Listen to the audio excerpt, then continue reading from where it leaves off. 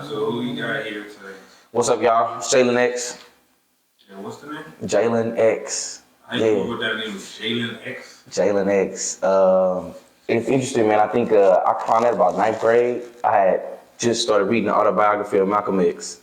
And I fell in love with just the whole idea behind his name. We, as most of us, all of us as African Americans, have ancestors who were enslaved. And so we lost our last names. And so he put the X on his last name because the X in math represents the unknown. And so for me, it just kind of became like an alter ego. Malcolm X was a revolutionary freedom fighter. He was a bad dude. So when I started putting Jaylon X on my paper in ninth grade, I feel like that was my alter ego. That was my revolutionary. My teachers used to hate it too. That's your real name? Jaylon, my real name. Jaylon, yeah. I'm Jaylon Boulder. Then I just put the X on Boulder. I'm proud of my last name and my heritage, but. So where you originally from? Houston, Texas, born and raised, man. Right here, man, down the road, shoot. Like, when did you start making music? Man, I think, I was in college and everybody was rapping, everybody was doing poetry, they was singing, and I knew I had like musical talent. I love music. Grew up on Drake, Wayne, Anthony Hamilton, John Legend, and shoot, just one day I was like, man, I'm a freestyle. So I think Dreamville had came out with that tape, Revenge of the Dreamers 2, and they had a beat on that, a PTSD, and I love that beat, so I just wrote to it. The journey taking some time, and that's fine. It's the days I'm feeling lowest. I'm trying not to get high, and I'm fighting with these demons and insecurities. Like, what's my purpose in this life? What's my sexuality? Yo, I'ma speak. So either way, I just started rapping. Then I was like, oh, I'm pretty good. And then shoot, I think the pandemic came. I ain't had nothing to do. I met Marcos Dante. Shout out Marcos Dante, one of the coldest producers, engineers in the city. We just started making music, and I just felt like I was good, and I had something to say. So you just started making music? It's 2020. 2020 was about when I 3 first years recorded. ago. Yes, so just. Yeah. Well, yeah. So when you started taking this serious? Man, I think I'm still in the process of quote unquote taking it serious, but it's just an interesting process as an artist because at first you think it's just about making the music and going viral, and then you realize there's a whole lot of business into marketing your music, promoting your music, making sure your music is copyrighted, being able to sync license your music. You just realize it's a whole industry around the music business, and so it's hard for me to say I'm taking it serious till I gain all of that knowledge. But I think I just started taking it serious maybe like February of this year. You started taking it serious? It really, when I was in class with Jay and Tayshawn, who produced my latest album, them cats was just, I remember we was making a beat. Tayshawn had made me some beats. And he had came back the next few days, and I had written to him. He was like, "Oh, you don't take music as serious as I take it, huh?" And this is my student telling me this. So you was a teacher at that time? Yes, I was a teacher. He was like, "Oh, you don't love music like I do." I was like, "Oh, nah, he got me messed up." But I think from then on, like just being around the young cats who were doing it, they really just inspired me to like keep pushing forward and take it serious. Because I feel like I really couldn't get him no game if I wasn't searching for the game myself. Okay, so alright. So do you still currently make music with those people? Like yeah. With them? Well, you know what I'm saying? Cash Out Jay, I be trying to get a feature from him. You know what I'm saying? He blowing up. I be struggling. I'm trying to get a feature from Cash Out. But me and Tayshawn, he was just at the crib the other day. We was making some beats. Tayshawn, like I said, Tayshawn was. Is that more producer or something? He's a producer, but he also rap too. But he actually Out My Own Way, which is out on all platforms, Spotify, Apple Music. He produced the entire project. All 7 songs he produced into. We made them joints on his phone, connected to what's it called? The sound bar. We was making them on his phone, BandLab, all the beats. All 7 beats, we made them on the phone in the classroom. So he real good, and that's. How long ago was that? That was we released the project in August, but we were producing the project from about March to, I would say, May, about 2 months. We produced the project and then we recorded from like May to August, and we released in August. All right, so do anybody listen to like people folk with your music in your city? I mean, right now I feel like it's the people that know me. You know what I mean? I'm still in the point of like getting to an audience of people who don't know me. You know what I mean? Through social media, through media. But like Losing My Mind, one of the projects, one of the songs on the project has like almost 20K on YouTube. That's without like marketing and promotion. And so I think a majority of people who hear the production quality, they hear the lyricism, you know what I mean? They hear the vocals, like they hear all the. What's the name of it? Out My Own Way. out my own way. What does that stand for? What that mean to you? Shoot, just getting out my own way. Like you asked me, you know, how do I take it serious? And I'm like, yeah, I'm trying to take it serious. I'm trying to get out my own way. You know, Right. The project is all about, you know, the journey of figuring out what you want to do, your dreams, procrastination, all your habits and your sins that get in your way. And so the project for me, releasing the project was like, I'm gonna get out my own way and take this music seriously. Okay, so that's what you're doing now. Yeah, trying. So you, what's stopping you? Man, I mean, what's stopping everybody, man? Addictions, man, insecurities, pain, you know, daily habits, the same thing that's stopping us all. And that's what I'm talking about on my project. You know, all the things that's getting in the way of me being disciplined, me being consistent. You know what I'm saying? The same thing that's getting. So what you doing now to change that? What's stopping you? Man, really, I think my growth, developing discipline, me developing consistency, for me, it all started with God. It all started with my faith. So you're a Christian, kind of? Yeah, man. You know, You grew up and going to church every weekend, Sunday with your parents? Yeah, man. We went to church, bro. We went to church. Shoot, you know, went to church. Was in the angel choir singing. You feel me? Okay, you were singing in church. So yeah, singing in church, man. You know, that's how I learned all of the books of the Bible, the scriptures, and so. I mean, as I've gotten older, I've gotten further away from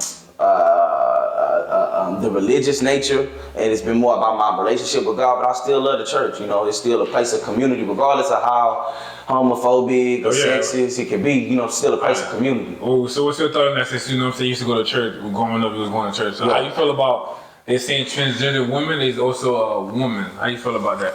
Man, I think, it just says equal to the same thing. There's no difference. Because a transgender man could play a woman's sport, yeah, no problem. Just the idea that trans women are women. Yeah. I think that there's a lot of different schools of thought that are coming out when it comes to the fluidity of sexuality, the fluidity of gender expression. And I think the idea is not that trans women and women are the same, but I think the idea is that the same kinds of oppressions or the same kinds of things that biological women deal with, that trans women, because they choose or desire to harbor a feminine body, they're gonna deal with too, right? Like men are still gonna beat them, they're still gonna catcall them, they're still gonna wanna have sex with them in private and then shoot them away in public. So I think the idea is less about them trying to say like they're the exact same versus like because they are women, or because they identify as women, that they end up having some of the same struggles that women do.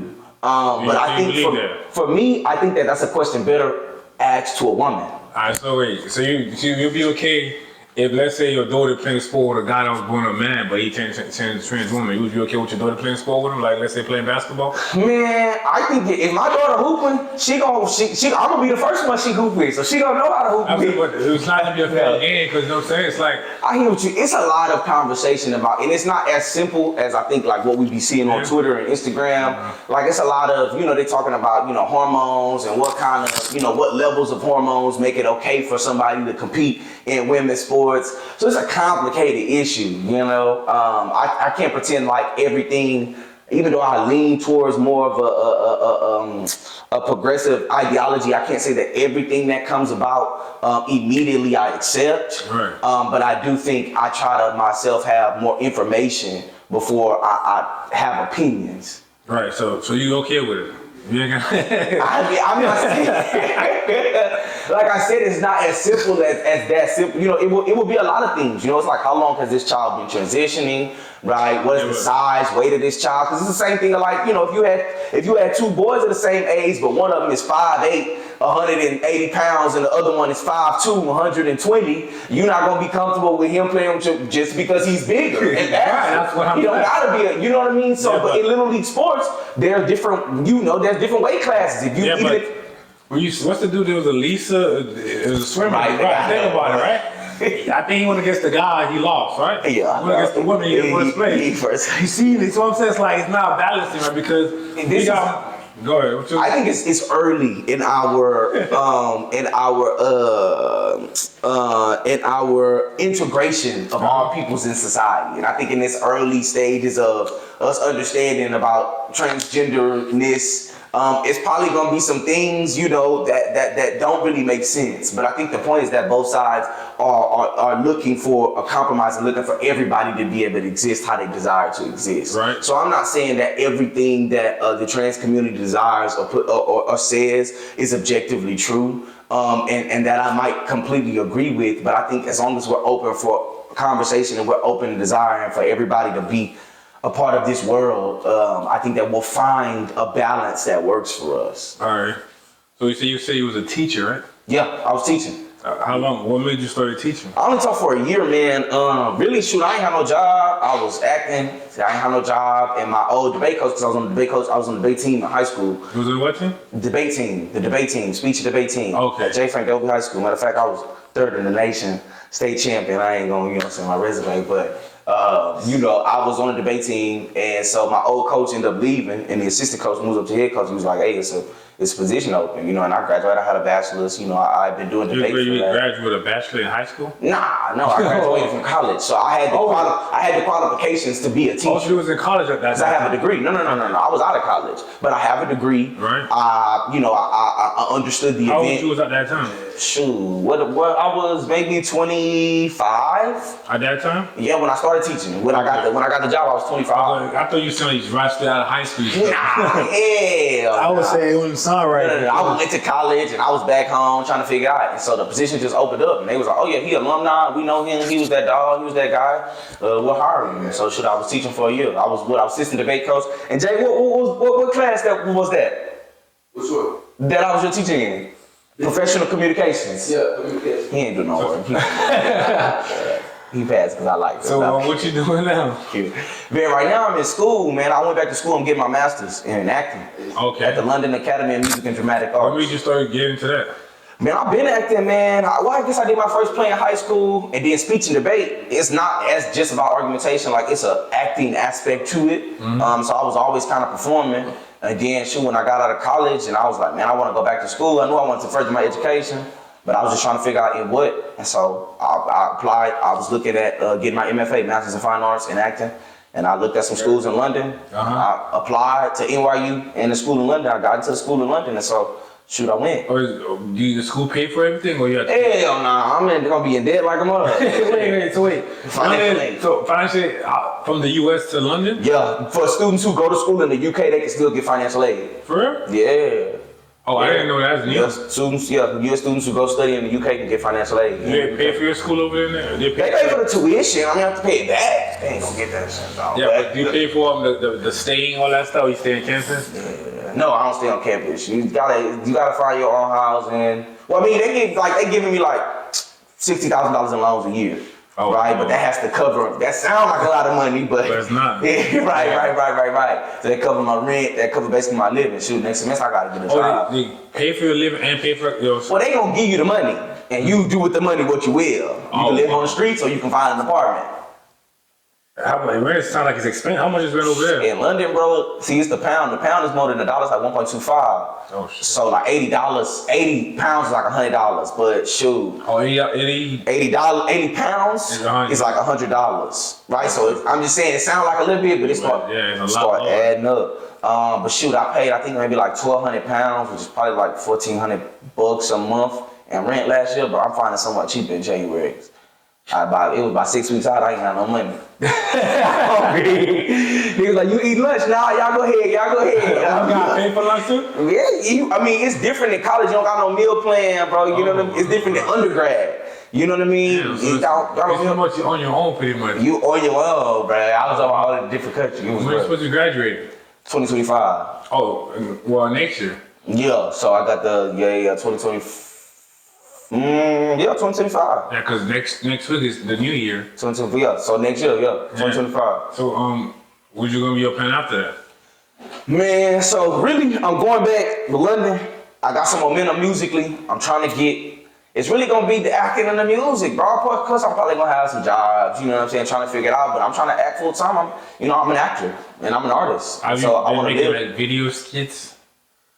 As an actor? Yeah. No. I'm more so doing. I hadn't brought my acting to social media. I've done plays and I've done a movie. Actually, you know what I'm saying. Armstrong is out on Tubi. Check me out, bro. Jay, you ain't telling about. You know what I'm saying. I'm in the movie Armstrong. Yeah. So I led a feature film, and it's about a young man getting out of prison, trying not to go. Oh, so you started making movies already? Yeah, I've been a lead in a whole movie. It's on Amazon Prime, Tubi. It's called Armstrong. Y'all check that out. 5-star rated. Yes, sir. 5-star rating. Okay, so you've been doing that shit. Been doing it. Yeah. Directed by Trey Williams. Guy out of Houston, Texas too, man. He cold. Okay. So what if rapping doesn't work? Because I'm guessing you're going to go to acting if rapping doesn't work out, right? Well, I mean, I'm doing them both at the same time. Really, I think in my mind, acting, rap is entrepreneurial. So you gotta have the capital in order to invest in yourself, for studio time, to market, or whatever. But you know, I get paid for acting. So my mind is like, my acting is gonna be, you know, the money that I get from acting will be the money that I use to invest into my music. Right. So in my mind, I don't know. I got faith that it's gonna work. I ain't saying it's gonna work tomorrow. But it's gonna But work. some gonna work. Then I have a master's degree, so I'll be able to work in education. It's not like I won't be able to get a job or live. Right. I'll just have to. It depends on if I'm doing it full time or if I'm doing it part time, because I gotta pay my bills. Right. So you don't have any kids?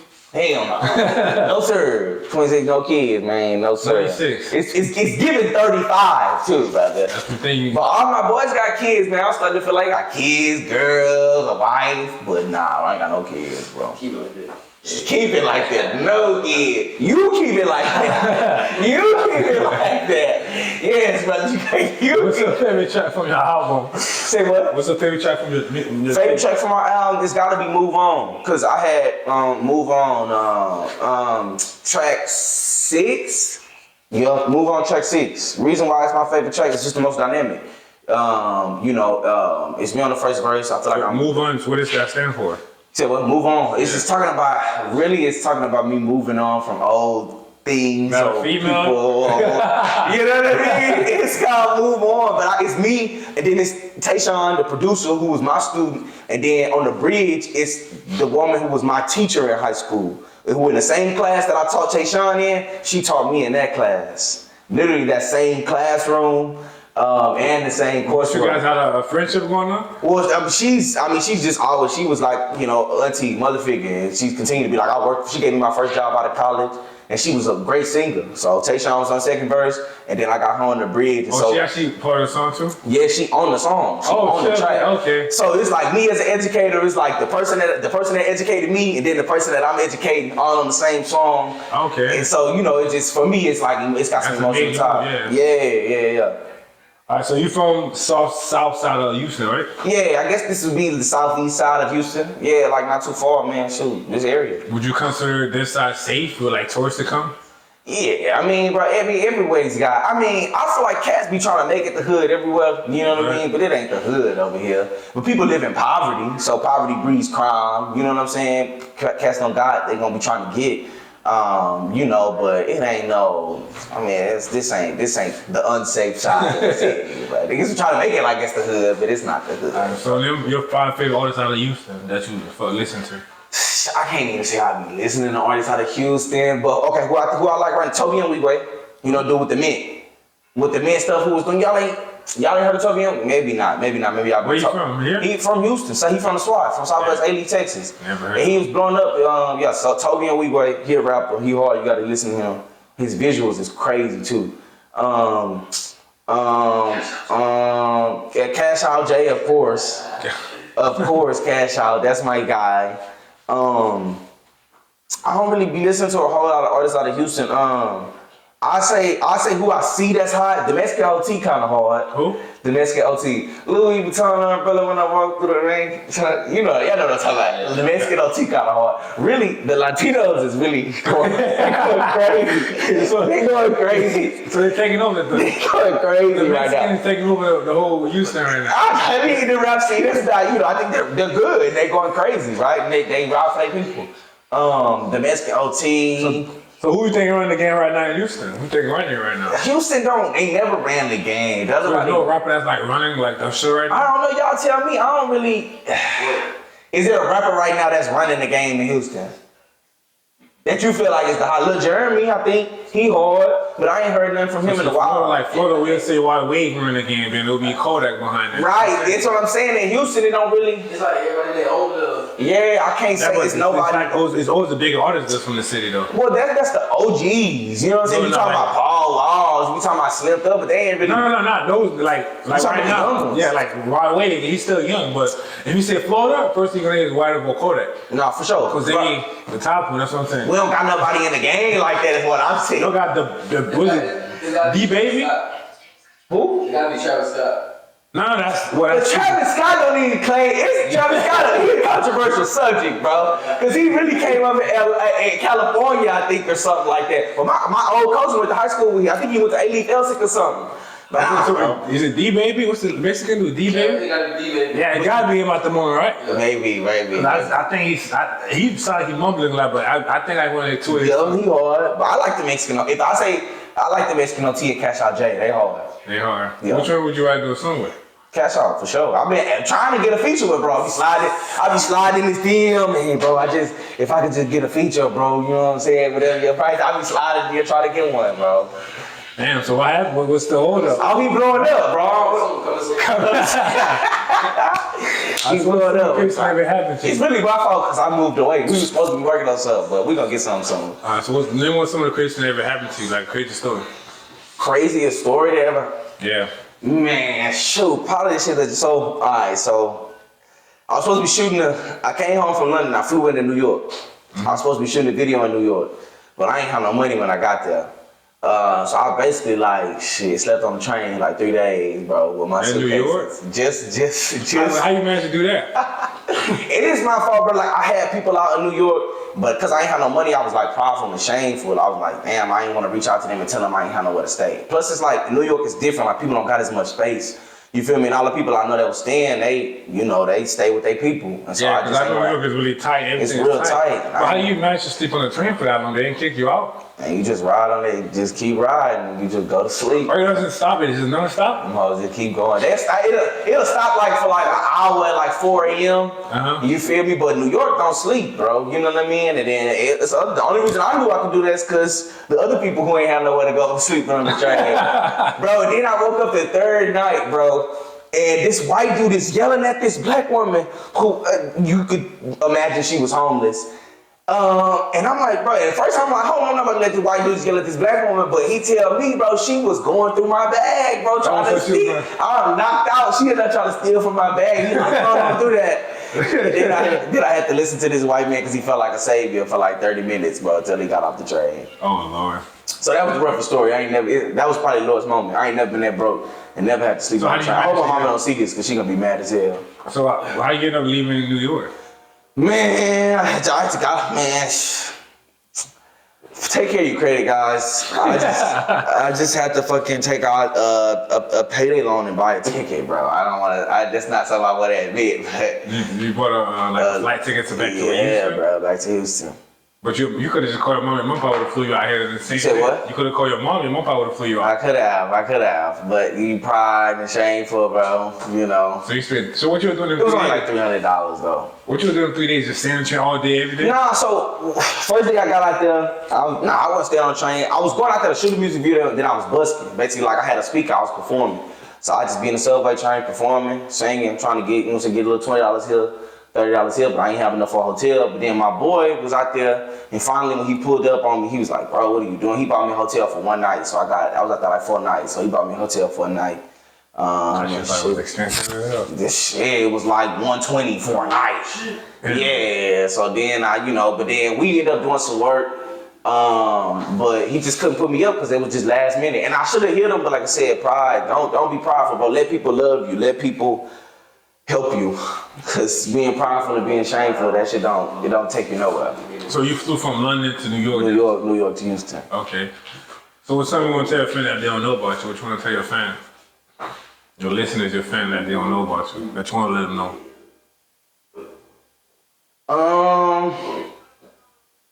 That they don't know about me. I feel like I'm pretty With your music, you pretty... vulnerable and transparent about my struggles.